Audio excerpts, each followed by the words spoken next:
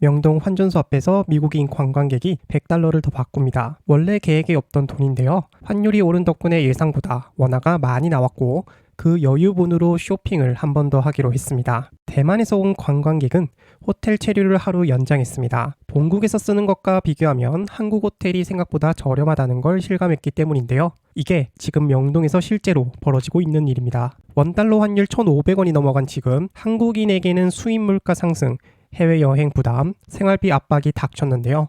그런데 달러를 가진 사람에게 한국은 지금 세일 중입니다. 그리고 그 세일에 몰려드는 사람들이 만들어내는 돈의 흐름이 특정 산업으로 집중되고 있습니다. 환율은 항상 두 개의 세계를 동시에 만들어내거든요.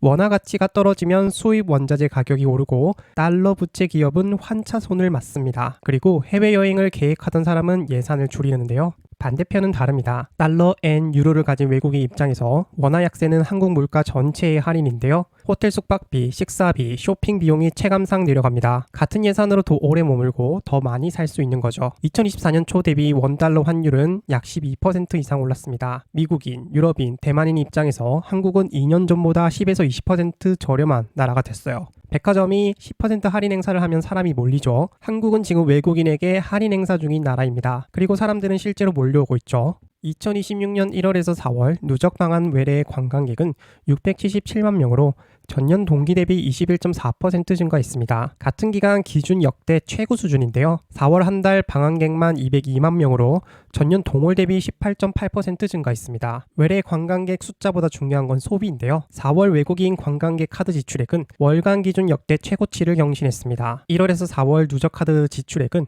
약 6조 997억 원으로 전년 대비 22.6% 증가했습니다. 관광객 수 증가율보다 소비 증가율이 더 높은데요.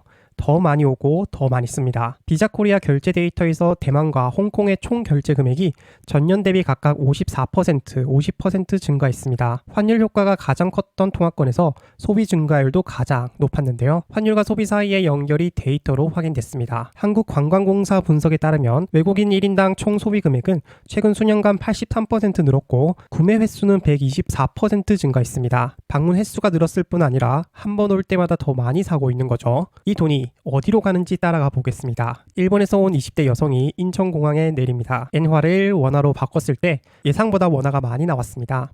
계획보다 여유가 생겼죠. 첫 번째로 하는 일은 호텔 체크인입니다. 명동 근처 호텔을 잡았는데 도쿄 같은 급 호텔보다 저렴합니다. 체류 기간을 하루 늘리기로 합니다. 다음날 명동으로 나옵니다. 올리브영에 들어가는데요. SNS에서 봤던 선크림을 직접 손등에 발라보고 더마 코스메틱 성분표를 번역기로 확인합니다. 일본보다 저렴하고 일본에서 구하기 어려운 제품들이 있습니다. 쇼핑백이 2개가 됩니다. 외국인 관광객의 전체 관광 지출에서 쇼핑이 차지하는 비중은 51%입니다. 백화점으로 가볼게요. 한국에서 명품을 사면 면세 혜택의 환율 효과까지 봅니다. 파리나 도쿄보다 서울이 실질적으로 더 저렴한 거죠. 저녁에는 카지노에 갑니다. 달러 기준으로 베팅 비용이 체감상 낮아졌습니다. 월령 세일 기간에 맞춰 한국을 3회 이상 재방문한 외국인은 2025년 기준 약 6,200명입니다. 1년에 2회 이상 재방문한 외국인은 연평균 2배씩 늘고 있어요. 한 명의 외국인 관광객이 입국에서 귀국까지 호텔, 올리브영, 백화점, 카지노, 면세점으로 소비를 분산시킵니다. 그리고 귀국 후에도 온라인 재구매로 이어질 수 있는데요. 이 돈의 흐름을 알면 투자 아이디어를 얻을 수 있습니다.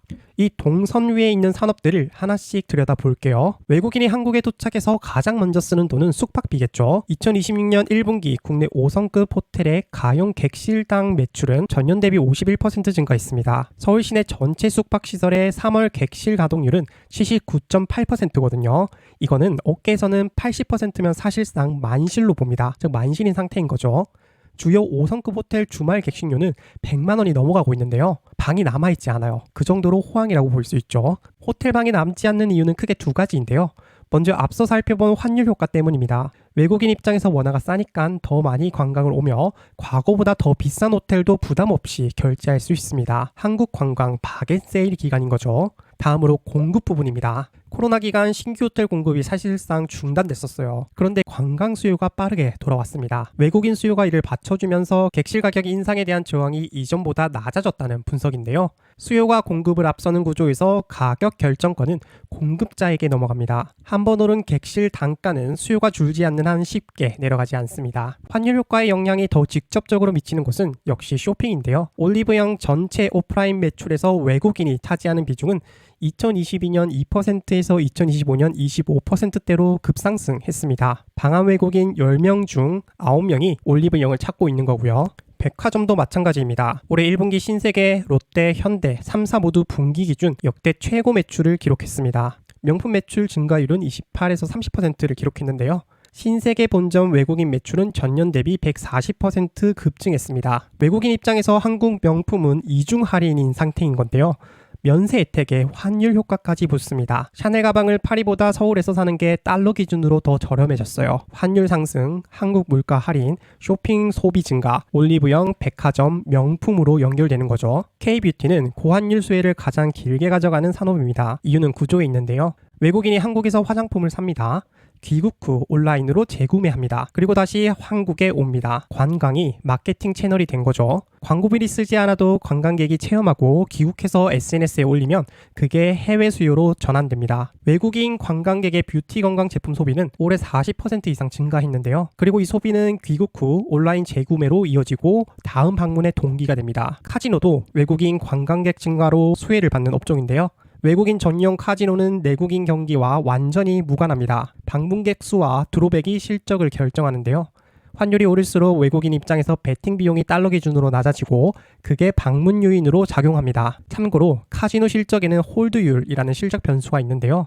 방문객이 아무리 늘어도 홀드율이 낮으면 분기 실적은 꺾입니다. 방문객 수와 드롭백은 구조적 지표고 홀드율은 단기 실적을 좌지우지하는 변수인데요. 카지노 수준을 볼 때 필수인 두 가지 지표 드롭백과 홀드율을 정리해보면 드롭률은 방문객이 얼마나 왔고 얼마를 걸었는지 알 수 있는 지표입니다. 카지노 수율을 파악하는 기본 지표가 되고요.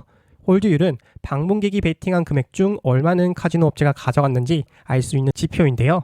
결국 카지노 업체의 실적은 드롭률과 홀드율로 파악할 수 있습니다. 이렇게 외국인 관광객이 우리나라에 와서 소비하는 동선을 파악해봤습니다. 이 동선에서 주목할 산업과 종목을 정리해보면 호텔, 백화점, 화장품, 카지노, 면세점 등이 수혜를 볼 것으로 기대됩니다. 여기서 한 가지만 짚겠습니다. 이 업종들 중 어디가 먼저 반응했고 어디가 아직 충분히 반영되지 않았는지 따져볼 필요가 있는데요. 주식 투자는 결국 싸게 사서 비싸게 팔아야 하는데 이미 주가에 반영이 되었다면 싸게 살 수 있는 사항은 아닌 거죠. 그래서 아직 충분히 반영되지 않은 업종 위주로 보시면 좋겠고요. 백화점은 해당 이슈가 이미 주가에 상당 부분 반영된 것으로 풀이합니다. 화장품과 카지노는 업체마다 반응 속도가 좀 다른데요.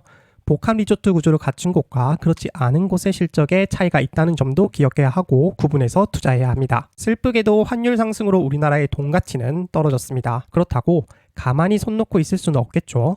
환율 상승으로 돈을 버는 곳에 집중해서 투자해야 하는 이유입니다. 달러를 가진 사람에게 한국은 지금 세일 중이고요. 그 세일에 몰려든 사람들이 호텔에서 자고 명동에서 쇼핑하고 백화점에서 명품을 사고 카지노에 갑니다. 그리고 귀국해서 온라인으로 다시 주문하죠. 이 흐름을 잘 이해해야 우리의 돈의 실제 가치를 지켜줄 곳을 찾을 수 있습니다. 달러를 가진 사람에게 한국은 지금 세일 중이고요. 우리의 돈 가치는 사라지고 있습니다. 그래서 결국 중요한 건 환율의 방향이 아니라 환율이 만들어낸 돈의 방향이고요.